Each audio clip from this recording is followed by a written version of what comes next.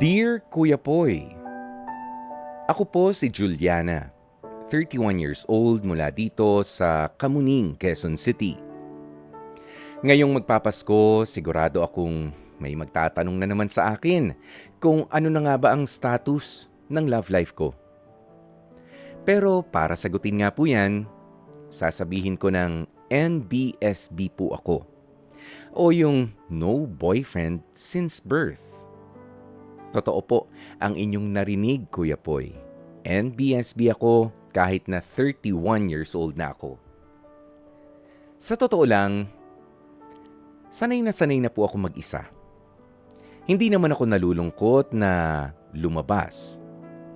Kasi sa work at sa bahay lang naman ang aking pinupuntahan. Sinubukan ko naman yung online dating.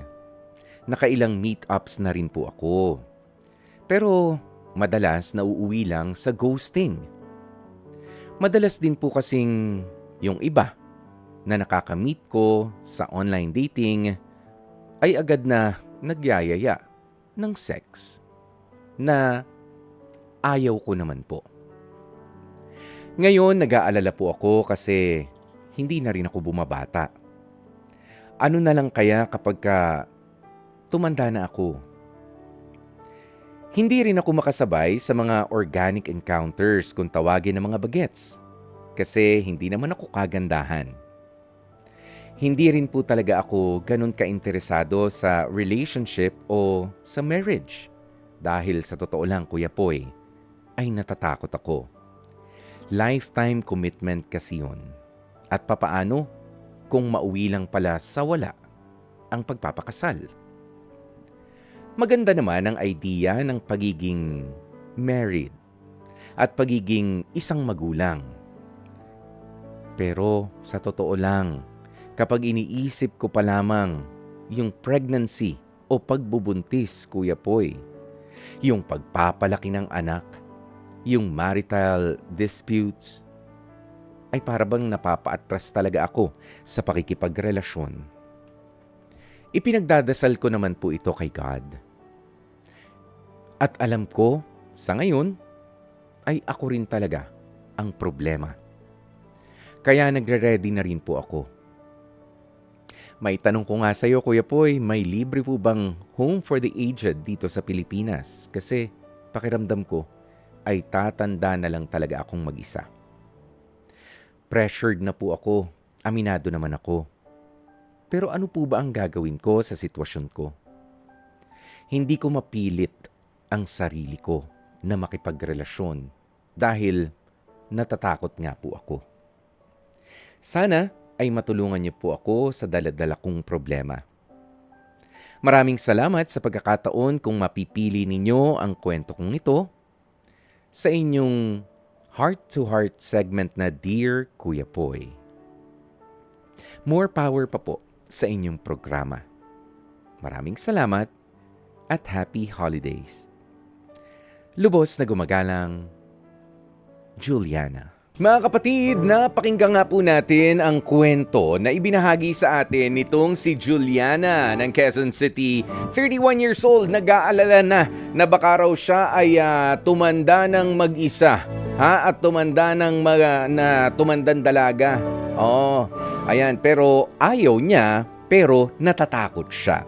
'Di ba? Marami po hindi man po ganung karami marami sa mga nakikinig din talaga sa atin ngayon. May ilan na yan ang sinasabi nila kaya sila hindi pumapasok pa sa pakikipagrelasyon.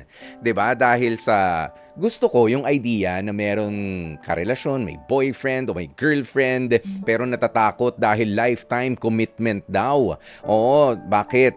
Natatakot na wala kang paninindigan na tao sa tabi mo. Yan yung mga ganyang bagay. Siguro kaya Juliana, ay hindi naman po natin masasabi na kakaiba itong kwento niya. It's just that talaga nakakatakot naman ang pakikipagrelasyon. Lalo na kapag ikaw nga ay napunta sa maling tao. 'Di ba? Talagang parang nakakadismaya, nakakalungkot kapag puro na lang problema ang iniaakyat sa'yo nung mapipili mong kapartner. Ang problema kay Juliana, wala pa nga siyang reference. At 31 years of existence, ika nga, ay hindi pa siya nagkaroon ng boyfriend. Okay? Wala pa eh. Pero takot pa rin. Ano nga ba ang mga ikinatatakot nitong si Juliana? Ang sabi niya, yung pagbubuntis. Well, talaga naman ho, sa bawat babae na nag-aasawa at bumubuo ng pamilya, isa hong malaking challenge ang pagharap doon sa 9 na buwan ng pagbubuntis hanggang sa panganganak. At magtutuloy pa yan. Ito yung isa pang problema ni Juliana sa pagpapalaki ng anak. 'Di ba? Ayan. At yun daw mga marital disputes.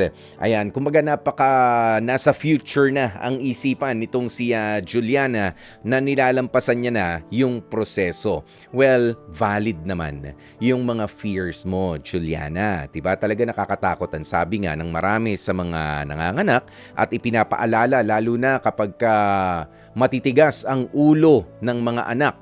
'Di ba? Ako rin noon nasabihan ako ng tita ko, kayo talaga kung makasagot-sagot kayo sa nanay ninyo. Hindi nyo ba alam na sa panganganak niya, 50-50 ang buhay niya? Yan, di ba? Nasabihan ako noon, nung medyo nagtutumigas din ang ulo ni Kuya Poy nung kabataan ko. Kaya sabi ko, ano ba yung 50-50? Yung pala parang isang paa nasa hukay, isang paa talagang inilalaban para mailabas tayo dito sa kanilang sinapupunan dito sa mundong ibabaw. 'Di ba ganyan po ang mga challenges na hinaharap ng mga ina at kinikilala natin 'yan. It's a valid reason. Pero alam mo Juliana, ang pakikipagrelasyon, sabi nga, at totoo, ay para sa mga taong matatapang. Ha? Para sa mga taong matatapang, hindi lang sa pakikipag-away. Yung iba kasi, makikipagrelasyon ako, matapang ako. Matapang akong makipag-away. Hindi dun. Kundi dapat matapang ka sa pagharap sa mga pagsubok at sa mga problemang pwedeng dumating sa inyo as individuals, 'di ba? At sa inyo rin as partners. Kung sino man ang iyong makakapareha. 'Di ba? Hindi naman porke may asawa ka na, ang problema na lamang na darating sa iyo ay puro problemang pang mag-asawa. 'Di ba? Hindi ganoon. May mga pagkakataon na merong problema ang asawa mo at kailangan mo siyang damayan. Ikaw wala. Oo. 'Di ba? O kaya naman ikaw ang may problema, yung asawa mo wala, nakakayanin mo naman. Kumbaga napagsasabay mo. 'Di ba? Napagsasabay mo pa rin 'yan and you learn to identify kung ano yung problema ko na muna ito, kaya ko na to, at doon sa tulungan mo ako. Kailangan kasi matuto tayo hindi lang sa pag-share ng concern, kundi pati na rin yung pag-share din ng ating mga efforts kapag tayo ay pumasok na sa isang relasyon. Naintindihan kita Juliana dahil for 31 years, ang halos lahat ng mga ginagawa mo ay ginagawa mo mag-isa. Sabi mo nga, trabaho, bahay. 'Di ba? Hindi ko naman sinasabi na ang lungkot naman ang buhay mo. At alam ko na hindi mo naman din yan iniisip. Sabi mo, wala naman talagang ganung problema. Ayoko lang tumanda ng mag-isa. 'Di ba? Nakakalungkot. Tapos kanina may tanong ka pa, meron bang libreng home for the aged dito sa Pilipinas? I wouldn't want to answer that question. Baka mas yun ang paghandaan mo. 'Di ba? Ayoko. Hindi ko inalam kung meron nga bang libreng home for the aged. At 31 years old, napakabata mo pa. Juliana, napakarami mo pang mga mamimit na mga tao. 'Di ba? Oo nga, totoo yung sinasabi na hindi naman lahat ng mga in a relationship ay laging happy lang. Oo, pero hindi rin naman na laging problematic lang ang pakikipagrelasyon. Yan naman din ang totoo dyan. 'Di ba? Oo, may mga pagkakataon, 'di ba? Sa pagiging single mo, masaya kang nagagawa ang lahat ng gusto mo. Ganon din naman sa pakikipagrelasyon. It's just a matter of sharing your life kasama itong tao na pagbibigyan mo ng iyong pagtitiwala, ng yung respeto rin outside of your family and yung love and attention. 'Di ba? Ganyan ang pakikipagrelasyon, ang pagkakaroon ng boyfriend. 'Di ba? Sabi mo nga kanina, Juliana, ako natutuwa doon sa parting 'yon, na hindi mo ibinaba yung standards mo sa paghahanap ng makakapareha o ng makakarelasyon. Sabi mo, sinubukan mo ang online dating. Oo, meron kang ilang mga na-meet dyan in person tapos na-ghost ka.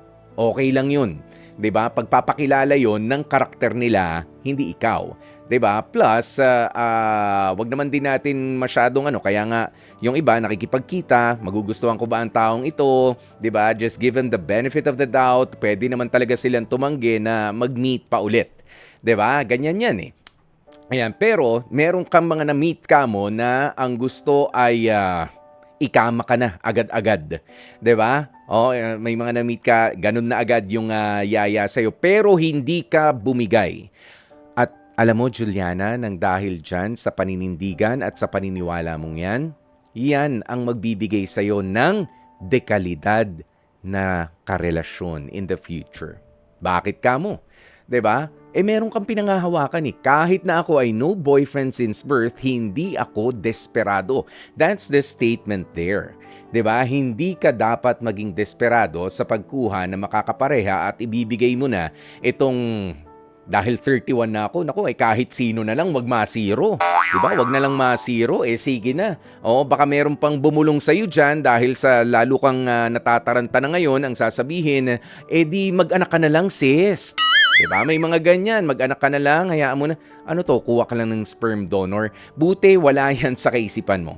Okay? Buti, wala yan. Para magkaroon ka ng dekalidad na karelasyon. Kasi, once na naging desperada ka na sa paghahanap ng makakarelasyon, hindi dekalidad ang makukuha mo, kundi yung delikado.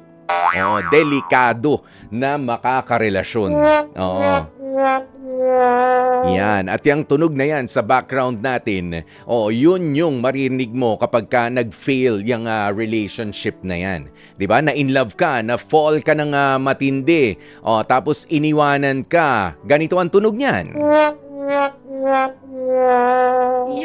Yan yung delikado. Na makarelasyon kasi nga ikaw ay desperado. Ito, meron tayong caller mula sa Malabon para mag-react dito sa kwento mo. Juliana. Darwin, magandang tanghali sa'yo. Hello po, Kuya Poy. Merry Christmas in advance. Merry Christmas. Ay, gustong-gusto ko naman yung energy mo. Parang marami ka na natikman na Noche Buena nyo dyan, Hindi po, kakatapos na po magtanghalian po. Katatapos. Yan bang pananghalian? Extended na yan. Hanggang sa Noche Buena, may taste test na ba?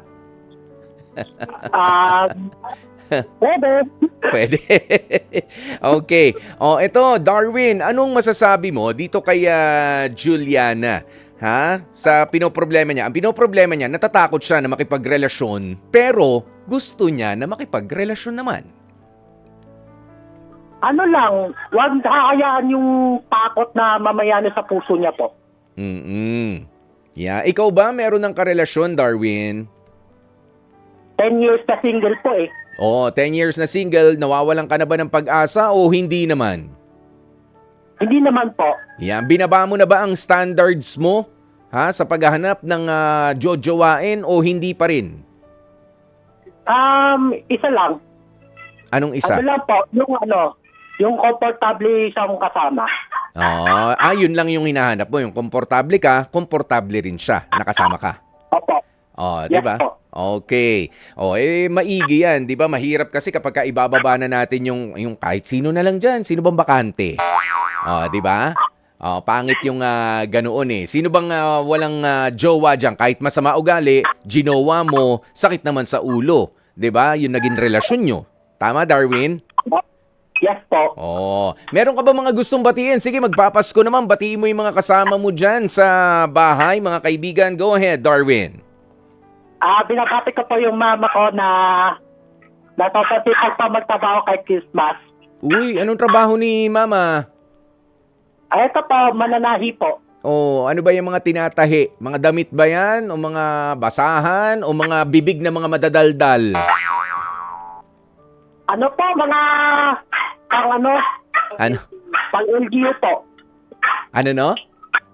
Pang damit pa na, ano po, sa LGU. Mga uniforme. Mga uniforme. Tinutulungan mo ba si mama? Yes po. Ilang peraso ba yung mga tinatahi niya pa hanggang ngayon? Marami. Marami pa. Kailan daw deadline? Hindi ko po alam kay mama. Okay. Sige, Merry Christmas sa inyo ha, Darwin. Maraming salamat. Yes po. Okay. Sige. Eto naman, meron pa tayong isang caller mula sa Laguna naman. Halos kasing idara ni Juliana. Si Darwin kanina ay 32 years old. Eto naman, makakausap natin mula sa Laguna, si Michelle, 32 years old din. Michelle, magandang tanghali sa'yo. Michelle? Hello. Hello po. Ikaw ba, Michelle, ay katulad nitong si Juliana na walang jowa ngayon o ikaw meron? Meron po. Meron. Okay, gaano ka nakatagal na meron jowa? 9 months. Ay, bago-bago pa lang, ano? Oo. Yes. Okay. Nakarelate ka ba dito kay Juliana sa pakikipagrelasyon? Ikaw ba bilang isang babae natatakot ka rin? Gusto mo na meron kang boyfriend, 'di ba? Meron kang karelasyon. Pero natatakot ka doon sa idea na kapag ka pamilya na kayo, merong pagbubuntis, merong panganganak, merong mga marital disputes, merong yung pagpapalaki ng anak. It's a lifetime commitment. Naiisip mo rin ba yan, Juliana? Yes po. Pero bilang babae po, masaya po kasi magkaroon po ng pamilya. Mm-mm. Pero kung sa kay Ate Juliana naman po, okay lang naman po kung hindi pa po siya ready. Mhm. Kasi mahirap naman po madaliin talaga yung about po sa marriage. Mm-mm. Masasabi mo ba, Michelle, kay Juliana dito sa ating letter sender na i-enjoy mo na muna yung pakikipagrelasyon at do not overthink na meron ng pagbubuntis, meron ng panganganak, di ba? I-enjoy mo lang muna yung journey. Di ba? Huwag ka na muna doon sa dulo nung biyahe. Yes po, i-enjoy na lang po. Oo, enjoy lang muna, no? Relax lang. Para maingay na dyan sa inyo, Michelle, sige, meron ka ba mga gustong batiin? Yung pamilya ko lang po sa Romblon. Yan, Sa sige, Bernardo. batiin mo. Ito po sa Bernardo family po sa Romblon. Yun lang po. Iyon, maraming salamat kay Michelle ng Laguna. Mukhang busy sila doon sa lugar nila, parang medyo namadali si Michelle. Ayan, pero eto nga, Juliana, aside from worrying, ayan, ikaw ay anxious na para sa ating letter sender. Sa kung ano ang mangyayari doon sa dako paroon. I-enjoy mo na muna yung journey na ikaw ay makahanap, makakilala ng isang taong dekalidad nga at yung tatanggapin ka bilang ikaw at ikaw rin naman ay tatanggapin mo siya. 'Di ba? Tsaka mo na isipin yung pagbubuntis, yung pag-aanak, 'di ba? Kasi alam mo yung security na hinahanap natin, minsan kinukulang sa ating mga sarili. At totoo yan, kinukulang sa ating mga sarili, pero kapag nahanap natin yung tamang partner, na nakikita natin na susuportahan tayo all throughout, 'di ba? Ng relationship natin, 'di ba? Through thick and thin, in sickness and in health. Yan talaga yung mga partner na inihaharap sa altar. Yan talaga yung mga partner na inilalaban. 'Di ba? Oo, wag mo na muna kasi alam mo magiging madali itong binabanggit mo na problema ka. Pregnancy, pagpapalaki ng anak.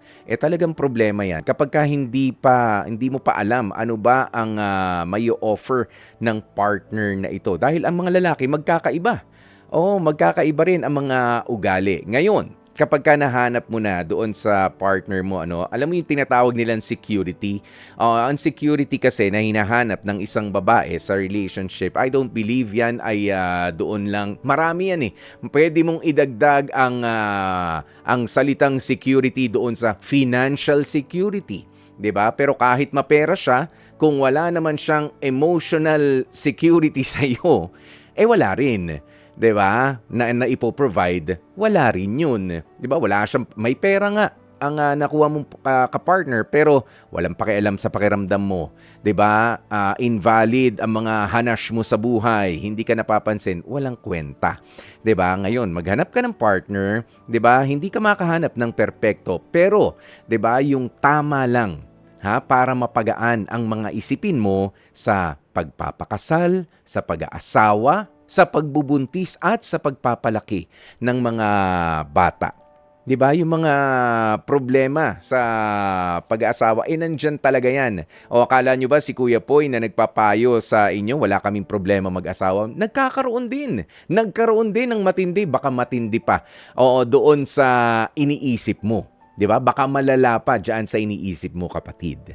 'Di ba? Meron at meron. Pero it is yung decision para ayusin, para plansyahin, at yung conviction ng pagbabago, 'di ba? Para i-improve ang isa't isa, 'yun ang mahalaga sa isang pakikipagrelasyon. Kaya Juliana, huwag kang matakot. I-enjoy mo lamang ang journey ng paghanap ng makakapareha, 'di ba? At habang nandun ka sa proseso, I'm sure, I'm telling you, mararamdaman mo sa lalaki, lalo na at totoo ang pagmamahal niya sa iyo. Ibibigay niya sa iyo yung kinakailangan mong emotional support, spiritual support, 'di ba? At kung ano-ano pang klase na support na essential para sa inyong relationship.